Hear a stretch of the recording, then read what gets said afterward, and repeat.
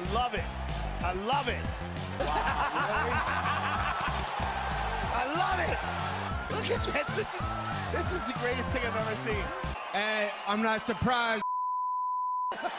What's up, the homies? Leighton here for UFC Gambling Addicts, back again for another UFC full card breakdown and predictions video. This one's going to be Anderson Silva versus Uriah Hall, and as always we have a bunch of decent matchups underneath this main event too. Before we get into breaking down these fights, make sure you smash that like button. Alright fellas, let's get into it. First fight on this card, we have Miles Johns versus Kevin Natividad, and we're going to start with Miles. So Miles comes into this fight 1 win, 1 loss inside the UFC, training out of Fortis MMA, which is a really good camp. Miles, in my opinion, is primarily a wrestler. He may not describe himself that way, but I see that being his best fighting ability. If we look at his Contender Series fight and his UFC debut, both of those performances, he showcased his wrestling. In his UFC debut, it didn't go too good. He was able to out-grapple Cole as the fight ticked on, but early in that fight, it didn't look too good. He's coming off a loss to Mario Batista, where he was finished by a flying knee. The wrestling of Miles Johns was definitely missing in that fight. The opponent, Kevin Natividad, comes into this fight 9 wins, 1 loss as a pro, making his UFC debut. Kevin is also primarily a grappler, more jiu-jitsu orientated than wrestling. His stand-up is by no means high level, but he has certainly shown me a few good moments with his striking. Kevin was originally supposed to debut against Brian Kelleher a few weeks ago. I do much prefer this matchup for him, considering he's only 10 fights into his pro career. Miles has a really limited striking skill set. He keeps his hands pretty close to his chin. He loves to loop a wild overhand. That looping right hand is one of his favourite weapons. If he isn't looping that punch, he's wrestling. Kevin also has a pretty limited striking skill set, but has the jiu-jitsu to fall back on. This fight really could play out close on the feet. The difference could be the grappling. It could be a case of Miles Johns getting some takedowns here and there, ending up on top, but could end up in a bad position where Kevin can choose to use his BJJ. Or it could be a case of Miles Johns avoids all of those submission attempts and his wrestling top control is the difference. Super difficult fight to start with, but I'm going to take Kevin Natividad here via decision. Now, like I said, guys, this one really is difficult to predict. Miles Johns striking pretty limited. Natividad, he's early in his career. Both of these guys are primarily grapplers, so it's going to be interesting to see who gets the better of the striking. But for me, I'm slightly leaning towards Kevin here. My odds would be Natividad minus 120, Miles Johns plus 110.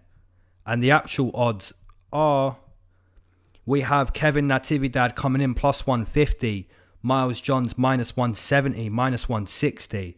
I do disagree with the odds to start this card. Miles Johns, like I said, his striking skill set is pretty limited. He likes to use that wild right hand, which can look pretty good here and there, but as we saw against Batista, Miles Johns didn't look too good on the feet. He didn't have much to offer in that fight, and like I said, his wrestling was missing.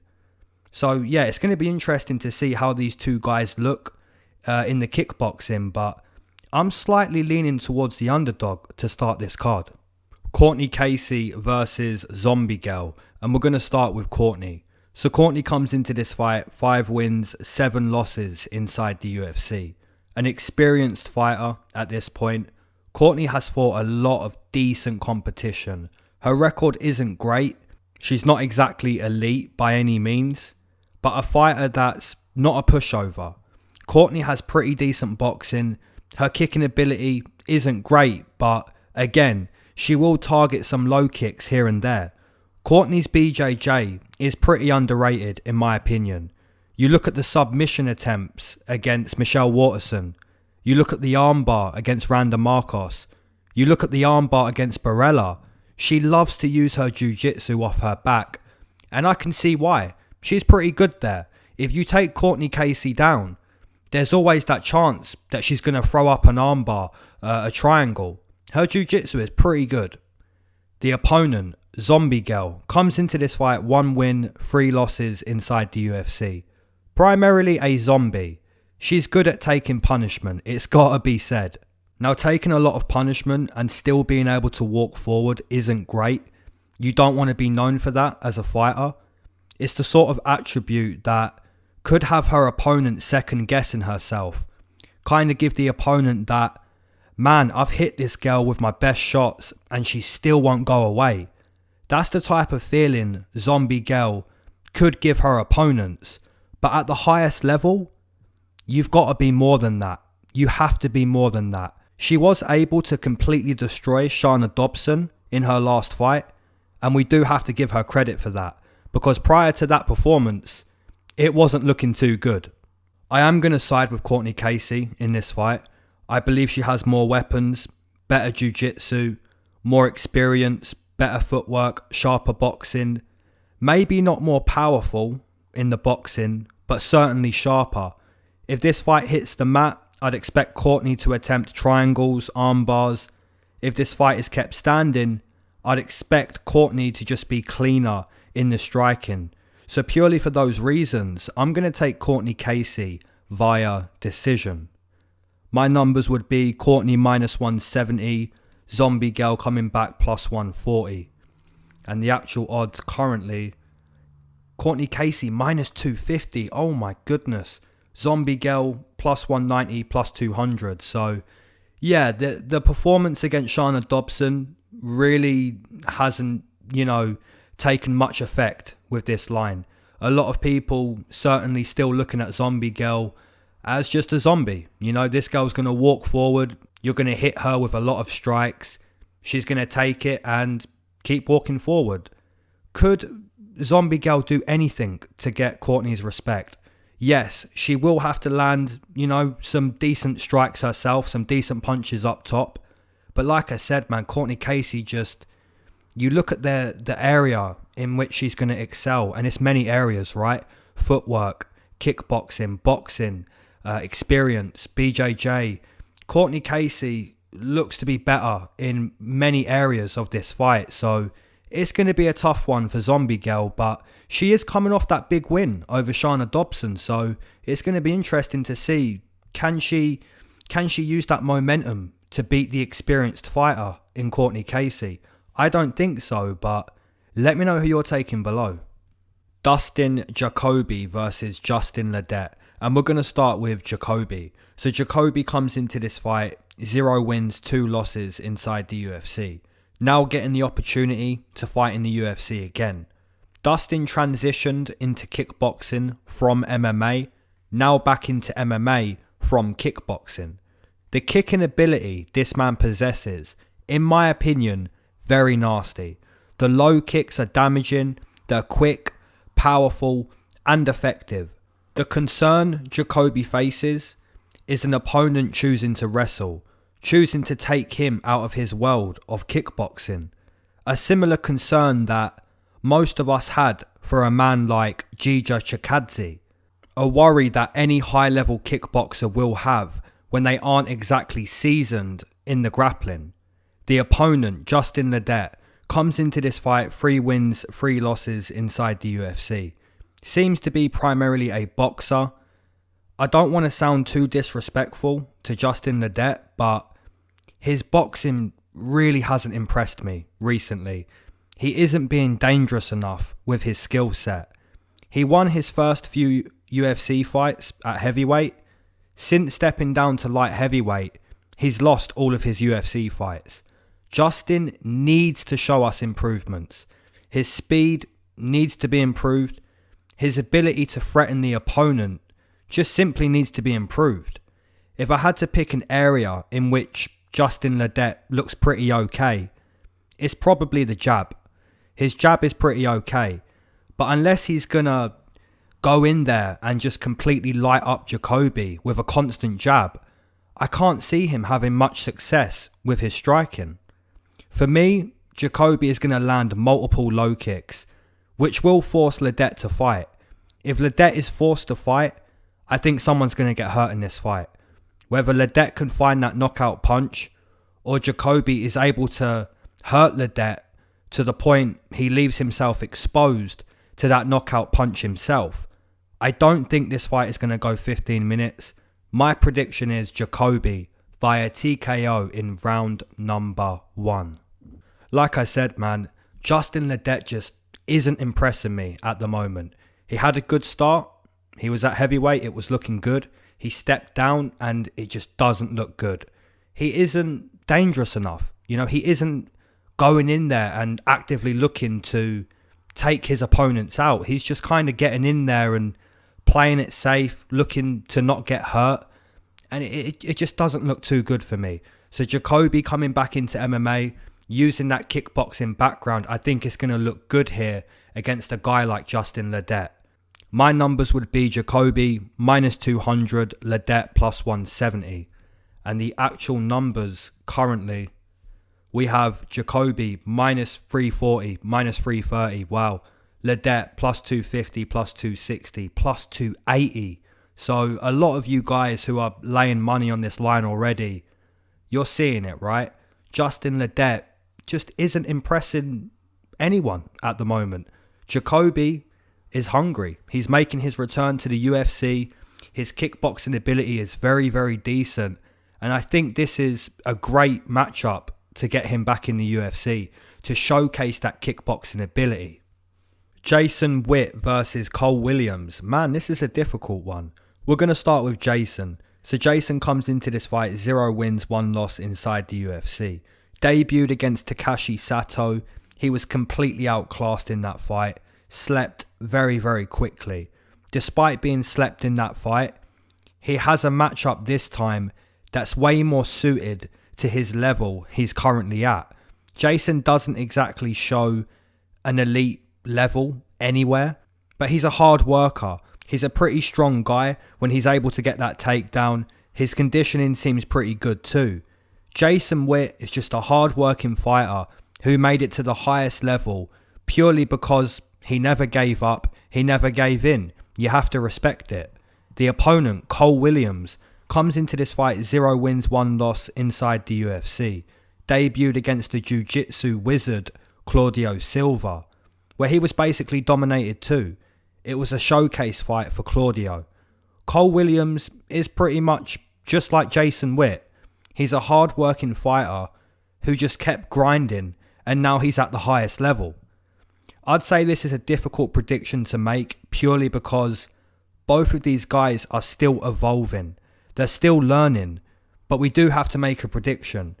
We do have to try and pinpoint the story of this fight. Like I said, it is a difficult one to predict, but I think the story could be Jason Witt's top control. I believe if Jason Witt looks to use his wrestling, looks to put Cole Williams on the mat, I think he could notch up some good control time, maybe even find a submission at some point in the fight. But my prediction is going to be Jason Witt via decision. Look to use that wrestling, look to take down the opponent, and basically just make it that kind of story. Like I said, the submission is kind of plausible, but yeah, submission, decision, one of those. I'm going to go towards decision, but yeah, let me know what you're taking below. My odds would be Jason Witt minus 140, Cole Williams plus 120. Because, you know, it's a difficult one to predict. How can we really give much of an advantage to Jason Witt? How could we give much of an advantage to Cole Williams? You can't. And the actual odds, exactly like I've said, Jason Witt minus 140, Cole Williams plus 120. I agree with it. It's perfect. Cole Williams, can he do it? Maybe. Maybe he can. Can Jason Witt do it? Maybe. Maybe he can. This is a fight on the card that is huge for both of these fighters. You know, if Jason Witt wins this fight, his career goes in the right direction. If Cole Williams wins this fight, his career goes in the right direction. It's a tough one to be confident in. I wouldn't lay down a lot of money on either guy, but the pick for me is going to be Jason Witt. Sean Strickland versus Jack Marshman, and we're going to start with Sean. So Sean comes into this fight 7 wins, 3 losses inside the UFC. Sean has been away from the octagon for 2 years now, finally making his return. Sean has good boxing pressure, his ability to continue to walk forward, using good output, a lot of jabs, hooks, just a mixture of techniques, constantly whilst walking forward. I do hope Sean can show us some improvements, such as ending his boxing combinations with low kicks. I think that would really improve him as a striker. It's going to be interesting to see how different Sean Strickland looks with that 2-year layoff. Jack Marshman comes into this fight 3 wins, 4 losses inside the UFC. Primarily a boxer, a brawler, as most Welshmen are. Jack is exactly that, a fighter that wants to stand and trade. I actually feel like he lost that fight against John Phillips, but it was a close fight. Marshman and Phillips are pretty similar when it comes to grappling. Jack hasn't got the best takedown defense. His wrestling by no means high level. Boxer versus boxer, power versus output is how I see this fight. This could be a case of the high volume boxer is winning because of the output until the power puncher is able to land that knockout punch. It's really one of those cases, guys. I think either guy investing in low or body kicks, that would be wise. Give the judges something to score more than boxing. Could Jack Marshman knock out Sean Strickland? Absolutely. But could Sean Strickland outbox Jack Marshman? Absolutely. I'm going to side with the volume boxer this time. So I'm going to take Sean Strickland via decision. Now it is more tricky than it looks, right? Sean Strickland looked really good before that 2-year layoff. Even in that Zaleski loss where he got kicked in the head, he was doing good in that fight up until that point. Sean Strickland has really good output, loves to walk forward, uses that boxing. Like I said earlier, I hope he can show us improvements where, you know, he goes for that 1-2, looks for the 3-punch combination, and then boom, ends it with a low kick. I do hope he can show that. Jack Marshman, I'm not sure how different he's going to look. You know, he's a powerful puncher, he's a brawler, tough as nails. The wrestling isn't good enough, the jiu-jitsu isn't good enough, but Jack Marshman is simply going to make his money out of standing and trading. I don't think much is going to change there. Can he find that kill shot against Sean? He could, but Sean Strickland for me, more technique, more output, longer, just has more to offer when it comes to striking. So yeah, Sean Strickland via decision. My odds would be Sean -160, Marshman +140. And the actual numbers, Sean coming in -320, Jack returning +260, +270. Now the reason I would price it way less than that, Sean has been off for 2 years, you know. To come back against a powerful guy like Jack Marshman, a man who is simply looking to just land powerful bombs on the feet, it is somewhat a dangerous fight for Sean Strickland because he is going to be walking forward using that pressure, and Jack Marshman could just let him walk into a big overhand or a big hook. So yeah, the -300 is a little bit crazy in my opinion. Next fight on this card, we have Adrian Yanez versus Victor Rodriguez, and we're going to start with Yanez. So Yanez comes into this fight 11 wins, 3 losses, making his UFC debut.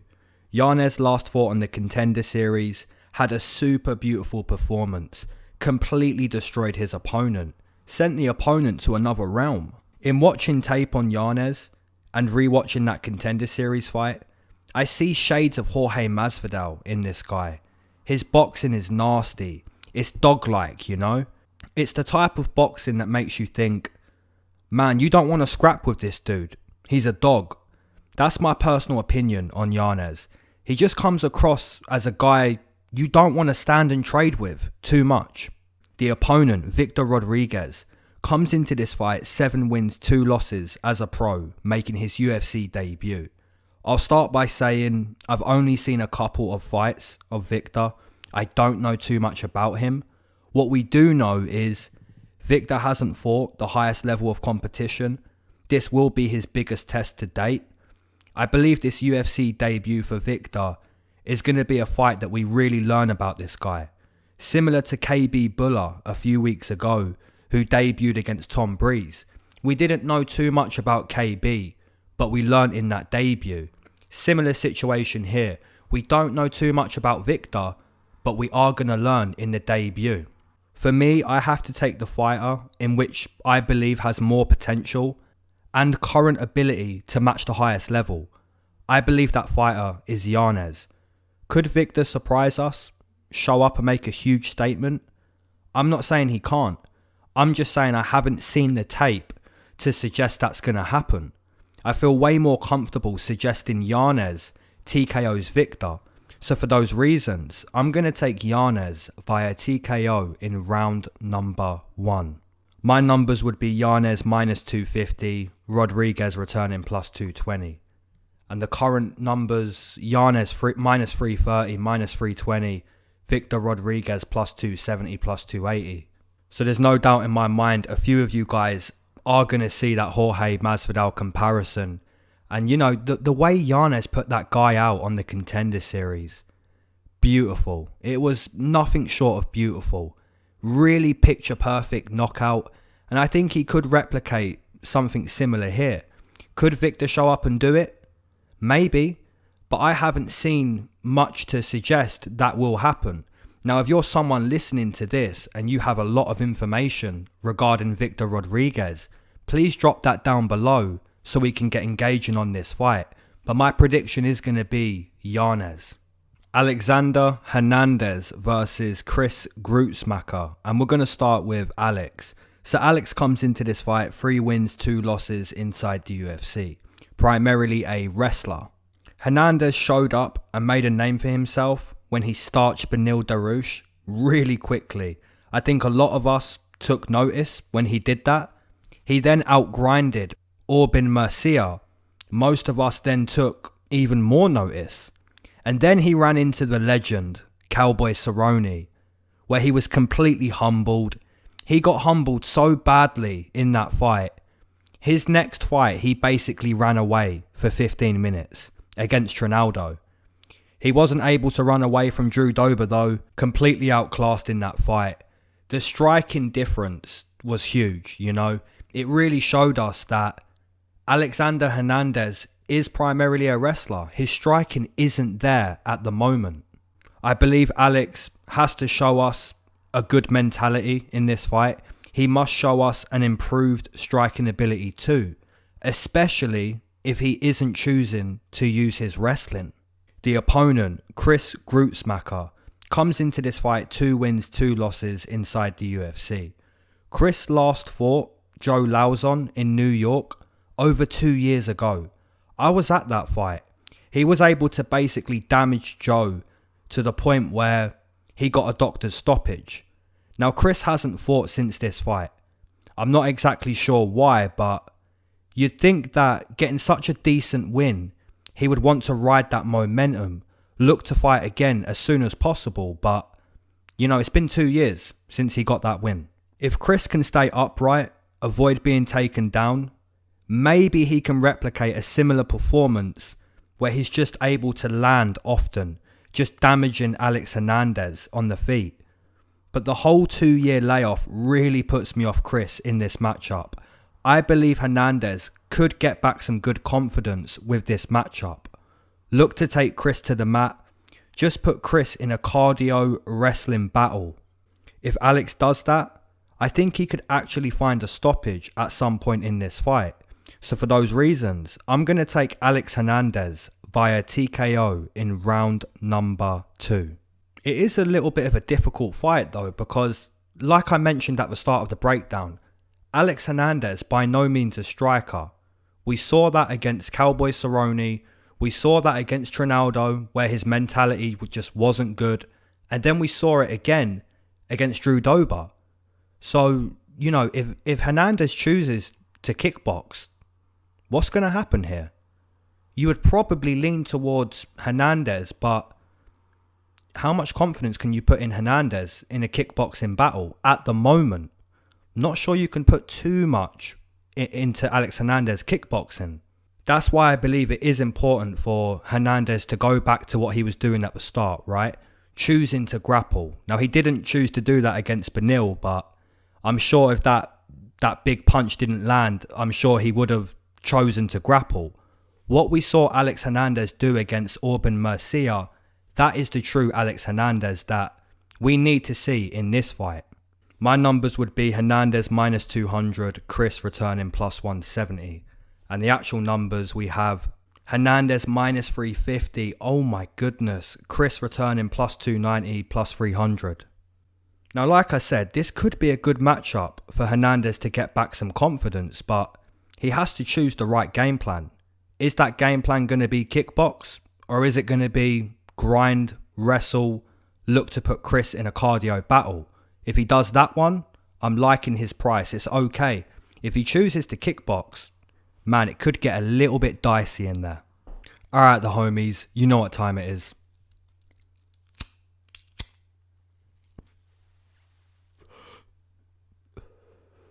If you waited to smoke with me, amen. If you've been smoking this whole time, amen. If you're not a smoker, but you enjoy the smoke breaks, triple amen, gang. I hope all of you guys are good. Your health, your mental, all of it. I hope you're all doing beautiful when it comes to your health. Not just your health, but everywhere else too, yeah? I hope you're working on your purpose, your passion. I hope you're all just doing great, man. I really do. Now, we do have to speak about last week, right? We hit a perfect card. Beautiful, beautiful card. Really should have done a recap on Sunday. I had a little bit of time, but I was spending that elsewhere. But we can quickly recap the card, a few performances. Khabib, we'll start with Khabib. Beautiful. You know, I predicted round 4 submission, but if anything, I underestimated him. I underestimated him, man. He's the greatest, right? Round 4, what was I thinking? You know, he's the greatest. He got it done really quickly. Round 2, what was it? 7 minutes, 8 minutes at most. Beautiful, beautiful work from one of the greatest. From the greatest 155er of all time. Now, that boxing pressure that Khabib used, it was beautiful. Gaethje was scoring with those low kicks. He really did score. He was effective with those low kicks. One thing I noticed with Gaethje, guys, is now he was fighting on the back foot, right? And every single time he looped that hook, he looped the overhand, it was from a defensive position. Gaethje wasn't as effective with his punches purely because he was on the back foot. He was throwing these punches on the back foot. And, you know, when you're doing that, if you're Justin Gaethje and you're doing that, you're not Justin Gaethje anymore, because Justin Gaethje doesn't do that. Justin Gaethje walks forward and he forces you to retreat. He forces you to be in a brawl. And if you're Justin Gaethje going backwards, trying to counterpunch, that's more Conor McGregor, right? Justin Gaethje just wasn't being himself in there. And it's understandable, right? Because you're fighting the greatest 155er of all time. You know, I said that I think we're going to sit back at one point and think to ourselves, we're watching a Khabib fight. And within 3 minutes, 4 minutes, that's exactly what it was, guys. I mean, what can we say about Khabib? He really is just the greatest 155er of all time.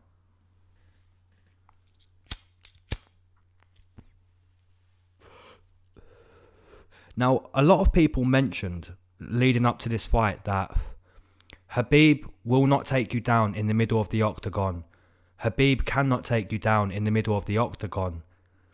This information isn't true, in my opinion. In my opinion, this information is not true. Now, if this information was true, let me ask you this. Why was Justin Gaethje retreating? Why was he always on the outside? Why was he retreating? Because he knew that Khabib could take him down in the middle of the octagon. And that's why he ended up on the outside. That's why every fighter ends up on the outside. And if you don't end up on the outside, it looks like Khabib versus Conor, where he'll take you down in the middle. It looks like Khabib versus Al. He'll take you down in the middle. Khabib can take you down against the fence or the middle. And, you know, Justin Gaethje is living proof of that. How many times have we seen Justin fight on the back foot? Not often, not much. But when you're in there against Khabib and he's going to use good boxing pressure in the middle and he's not going to be scared to shoot, you find yourself on the outside. And that's the trap that Justin fell into. He was Justin Gaethje, but a defensive Justin Gaethje, which basically means he's no longer Justin Gaethje. That's really how I saw the fight, guys. I saw Justin throwing his normal boxing combinations, but doing it defensively, not offensively. And that was the big difference, in my opinion. Now, we had a beautiful card, perfect card. We didn't get one wrong pick. Some of the best picks was Tai Tuivasa round 1. I believe I predicted Lauren Murphy round 2 sub, which, man, that one made me excited. I'm not going to lie. If you want to get in on the channel betting for some parlays for this card, please hit the join button. I believe it's $5 for the whole month. So you'll basically be buying me a coffee. And if you join the channel membership, if it's not for a betting purpose, it could just be because you enjoy what I do. So if any of you guys are thinking, man, I should probably jump on that, I want to thank you in advance. Now, all the people that sent me messages on Instagram with your parlays, man, some of the parlays that you guys hit, beautiful. One guy sent me a $10 parlay that hit over $1,000 profit, which, if only I should probably follow my own picks and do big parlays. I should probably do that. But as always, guys, we're going to go into a little bit of motivation now. Purpose. I mention purpose all the time. I mention it nearly every smoke break. Last week, we had a story regarding Sylvester Stallone. This week, I just want to keep it basic again, right? Purpose. What does purpose mean? It means passion. Now, take money out of the question. Imagine money doesn't exist in this world. What would you be doing right now? Whatever you thought about first, that's your passion. That's your passion in life. So that's what you need to be doing. Now, if you thought football, basketball, writing, knowledge, it can be anything, man. Imagine money doesn't exist. Think about what you'd be doing. That's your passion. You need to follow that no matter what. If it's not your 9-to-5 job, that's okay. You finish work at 5 p.m. You can do that passion. Please follow your passion, guys. We need to all be doing that. In my opinion, that is the meaning of life. Following your passion, what makes you the happiest. For me, it's strictly MMA, man. I love mixed martial arts. Speaking about MMA, watching MMA, everything MMA, man. That is my passion, guys. I love it.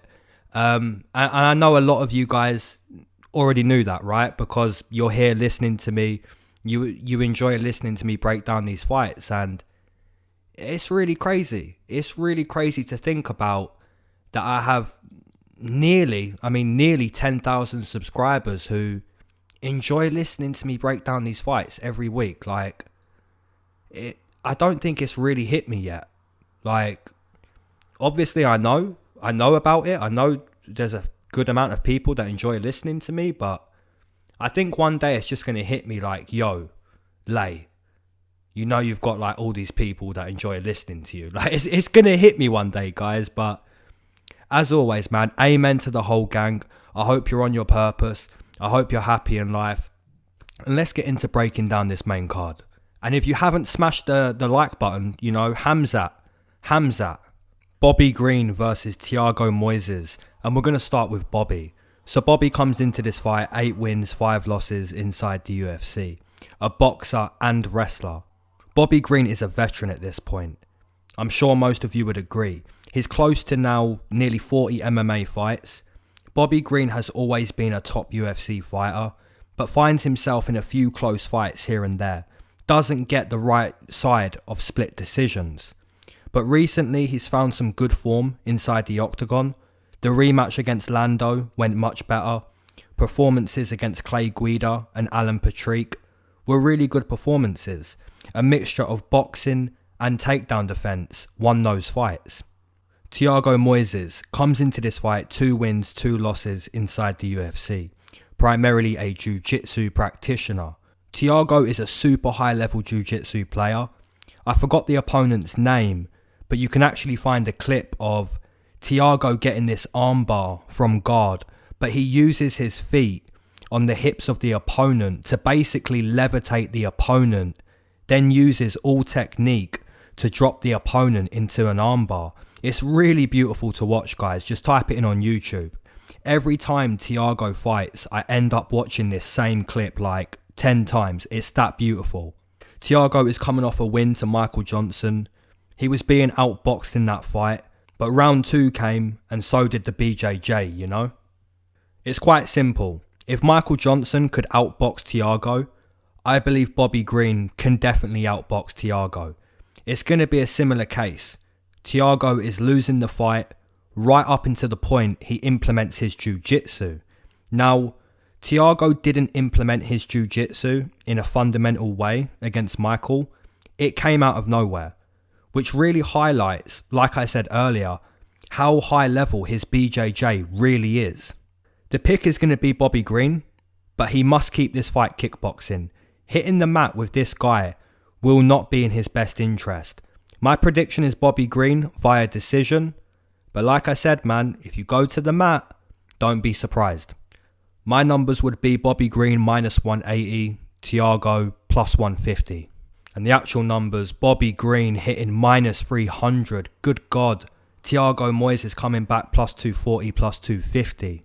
Now, if you are going to take a shot on Thiago, I mean, plus 250 is a pretty good price, but do you see him getting a TKO? Personally, I don't. Do you see him winning a decision? Personally, I don't. So you may as well play the sub prop. Bobby Greene, he could win this fight TKO or decision. So yeah, maybe decision on Bobby Greene because he is going to play it quite safe, not looking to hit the mat. But that boxing, you know, he has a big boxing advantage in my opinion. The line is a little bit off, but the pick is going to be Bobby Greene. Greg Hardy versus Maurice Greene. I like this fight. We're going to start with Greg. So Greg comes into this fight 3 wins, 2 losses, 1 no contest inside the UFC. Primarily a powerful guy. Former football player, which gives him that athletic background. Greg Hardy really does move in a way that most heavyweights don't. His speed is very noticeable for the heavyweight division. Greg Hardy has huge power. Surprisingly accurate with his punches too. I know a lot of people dislike this man for many reasons, but I'm here to specifically speak about his ability inside the octagon. He's with a great camp in ATT. His striking ability is only improving fight by fight. Even the 15-minute loss to Volkov, that loss alone will improve Greg Hardy as a fighter. The opponent, Maurice Greene, comes into this fight 4 wins, 2 losses inside the UFC. A striker and jiu-jitsu player. I've enjoyed watching Maurice in the UFC so far. By no means a perfect fighter. The weaknesses are clear to see, but the area in which Maurice excels at is also clear to see. His kicking ability from a distance is good, but the problem is, after round 1, that kicking seems to decrease.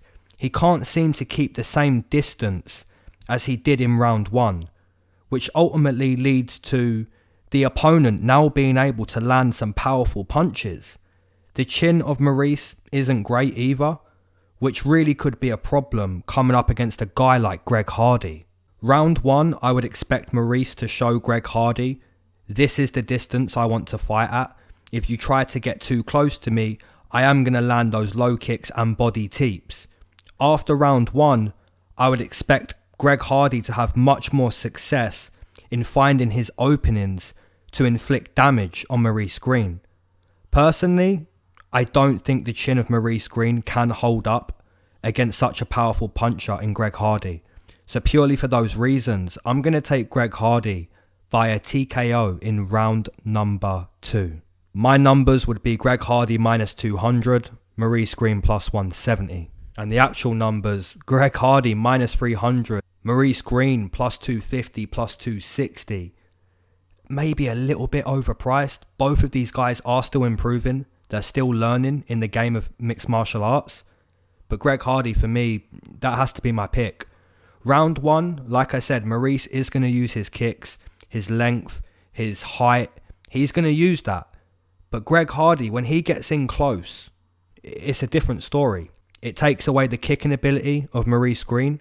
And now Maurice has to basically absorb punches on his chin that I don't think he's going to be able to absorb. So, yeah, for me, I think Greg Hardy is going to find that kill shot at some point. Now, I didn't speak about the grappling side of this fight. If this fight hits the mat, Maurice Greene, like I said, he is a jiu-jitsu player. He will look to wrap up Greg Hardy, but Greg Hardy is not a fighter that you want to be underneath, you know? If Greg Hardy ends up on top, he's going to rain down with some pretty dangerous ground and pound. So, yeah, if this fight does hit the mat, it's going to be interesting to see who's dangerous there. Who's more dangerous? Again, for me, I think it's Greg Hardy. Makhmud Muradov versus Kevin Home Alone Holland. And we're going to start with Muradov. So Muradov comes into this fight 2-0 inside the UFC. Muradov is quite a well-rounded fighter, man. If we go back and look at many of his fights prior to the UFC, we can see the grappling this man has. He doesn't mind taking you to the mat, raining down with ground and pound. As for his kickboxing ability, by no means elite, but he's quite composed, takes into consideration the opponent's ability to hurt him whilst kickboxing. Muradov is still evolving despite having 30 pro MMA fights. The opponent, Home Alone, comes into this fight 5 wins, 1 loss inside the UFC, primarily a jiu-jitsu fighter. However, Kevin has really shown us his striking ability as of late. I've always spoken about how good Kevin is with his kicking ability. He loves to pepper you with his kicks at a distance. Against Fluffy Hernandez, he was in close, was able to land that stabbing knee to the midsection. Against Buckley, his counter boxing was enough. Kevin Holland is really becoming a household name in the UFC. He's a very tricky guy to figure out. This fight really is difficult to predict in my opinion. I think for Kevin to win this fight, he will have to keep that kicking distance. If he's at that kicking distance, he will control and dictate the striking. Similar to how Volkov did against Harris recently. I spoke about how Volkov would look to dictate that kicking range, and he did it perfectly. I believe the same thing has to happen for Kevin here. He will have to dictate that kicking range, keep that kicking range. For Muradov to find success, I think pushing Kevin up against the fence, looking to fatigue Kevin in a grappling contest, even takedowns, right? Could be a good idea. Now Kevin has good BJJ, so Muradov will have to look out for that. But when it comes to wrestling, I think Muradov is quite strong there. Potentially a better wrestler than Kevin Holland. Super difficult fight to predict, guys. But I'm going to take Muradov here. I think if he just looks to get in there, gets dirty, just makes it a dirty fight where he closes the distance, pushes Kevin up against the fence, mixes it up with takedowns, and just fatigues Kevin, I think he can do well in this matchup. So my pick is going to be Muradov. Now my line would be -110 Muradov, -110 Holland, because it really is that difficult to predict. Like I mentioned, Kevin has good BJJ, so I wouldn't be surprised if he pulled off that submission. Now if it doesn't hit the mat, Kevin Holland has great kicks. He loves to pepper you with kicks, so just getting through that distance to get Kevin up against the fence, that's going to be a task in itself for Muradov. This fight really is a great fight. Now the current line, we have Holland -140, Muradov +130. I really can't argue with it because Kevin Holland has shown us beautiful striking recently. So rightfully so, Muradov at plus money, but I'm happy to play it. Co-main event, homies, we have Bryce Mitchell versus Andre Fili, and we're going to start with Bryce. So Bryce comes into this fight 4 wins, 0 losses inside the UFC, primarily a grappler, a wrestler and jiu-jitsu fighter. Bryce has looked pretty damn good so far. He dropped Bobby Moffett in a good 15-minute fight. He completely outclassed Matt Sales, ended that fight with a twister, which is insane by the way. Against Charles Rosa, again, such a dominant performance, many takedowns, many submission attempts, just a mauling performance from Bryce Mitchell. I think it's fair to say Bryce is at his best when he's taken the opponent to the mat. The opponent, Andre Fili, comes into this fight 9 wins, 6 losses inside the UFC, primarily a striker. I do believe Andre Fili's record doesn't do him justice. He is better than that. Andre Fili really is a high-level striker, in my opinion. His ability to fight in the pocket is brilliant. His ability to strike from a distance, again, brilliant. Loves to mix his combinations up constantly. Low kicks to high kicks, single strikes to 3-punch combos. Andre Fili is just a talented striker with a lot of experience in fighting high-level opposition. I think this fight is pretty clear.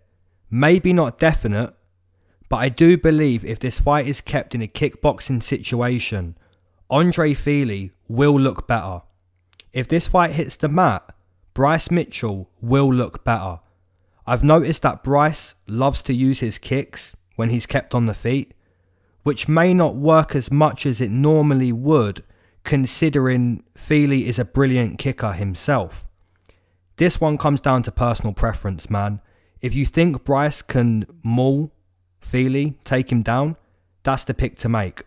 If you think Fili can stay upright, I believe that's the pick to make. For me, I'm siding with Andre Fili, man. I really like him as a fighter. His striking's good, and he's becoming a better fighter, still, fight by fight. So my pick is going to be Andre Fili via decision. My odds would be Fili minus 120, Bryce Mitchell plus 110. Because it is a difficult one to predict still, right? Bryce Mitchell, like I said, he's looked pretty damn good so far. Will he take down Andre Fili? Chances are he probably does. Will Andre Fili have good moments on the feet? Chances are he probably does. This is a really, really good co-main event, guys. The current line, Andre Fili plus 120, Bryce Mitchell minus 140. Can't argue too much. Bryce, like I said, has looked really good. But if Fili's going to win this fight, he does have to keep it on the feet. If Bryce is going to win this fight, I think he needs to take it to the mat. It's a really good co-main event. I'm going Andre Fili, but let me know who you're taking below, guys. I'm sure we're going to be split on this co-main event. Main event, my homies. And I'm just going to start by saying, originally, I felt this would be a standard prediction to make. But after thinking about this main event, it does seem a little bit more difficult than my initial feeling. We have Uriah Hall versus Anderson Silva, and we're going to start with Uriah. So Uriah comes into this fight 8 wins, 7 losses inside the UFC, primarily a striker, a karate fighter. Uriah is arguably past his prime now. He's given us quite a few great moments inside the octagon. The spinning high kick on The Ultimate Fighter many years ago, really one of his best moments in MMA. The spinning back kick against Mousasi, another brilliant moment. If we fast forward to his most recent performances, he was able to get the job done against Bevan Lewis, despite being outgunned for 10 minutes in that fight. Most recently, was able to grapple very well against Shoeface too. The opponent, Anderson Silva, comes into this fight 17 wins, 6 losses inside the UFC. One of the best fighters we will ever see grace the octagon. A legend of the sport. 100% past his prime. Well past his prime. Very injury prone these days too. His last win was against Derek Brunson in 2017. But I actually feel there's a good argument that Silva lost that fight. And if he did lose that fight, his last win is dating back to 2012, which is unbelievable. That was the year the world was supposed to end. So And that was quite a few years ago. Silva is coming off a loss to Cannonier in a fight where Cannonier simply targeted Silva with low kicks, which was more than enough to get the job done. Okay guys, so like I said, originally I felt, I looked at this main event and I straight away said Uriah Hall, no problem. I didn't think too much about it, but after thinking a little bit more and digging into the possibilities, I do believe this fight could go either way. For Uriah Hall to win this fight, I think it would be a good, smart idea to invest in those low kicks. Good thing for Uriah Hall is he's a really good low kicker. His low kicks are quick. Anderson Silva needs to return low kicks. I think the kicking side of this fight could literally be the difference. Now the bad thing for Silva is his kicking game really has slowed down as he's aged. Bringing that kicking side of his game back will be important for him to win this last fight of his career. After rewatching the Adesanya versus Silva fight, it was very clear to me that Anderson has a chance in this fight. He's a legend. He's nearly 50 years old, but Uriah Hall is nearly 40 years old. Both of these guys are out of their prime. Both of these guys are going to dance in there. And if we get that dance-like, spar-like type of fight, I think Anderson Silva could actually win this fight. Now, if Uriah Hall comes out simply looking to inflict bad damage on Silva, then it's a different story. But if we get a friendly-ish type of fight, Anderson Silva can win this fight. And I'm going to predict he does, guys. I'm going to take Anderson Silva via decision. Now, my numbers would be Uriah Hall minus 140, Silva plus 110. Now, some of you guys are thinking, well, how are you putting Uriah the favourite if you're taking Silva? It's as simple as this, guys. I do see the possibilities for Uriah to win this fight. He probably has a better chance in TKOing Anderson Silva, and he probably has a better chance in winning over 25 minutes. But I think Silva could definitely win over 25 minutes. I do think Silva could potentially TKO Uriah Hall. Maybe the possibilities is a little bit more for Uriah, but not as much as some people think, If this is, like I said, a friendly-ish, spar-like type of fight, where both guys are dancing, both guys are respecting each other, Silva could look great. He could look great one last time. He really could. Now, if Uriah Hall goes in there with bad intentions, the way Jared Cannonier did, and looks to land those low kicks, looks to take Silva out of the game, looks to injure him, then it's a different story. I think it really comes down to the mindset of Uriah Hall, the way he's going to approach this fight, being in there with such a legend. It really depends how the fight's going to be played out, Is Uriah Hall going in there to knock Anderson Silva dead?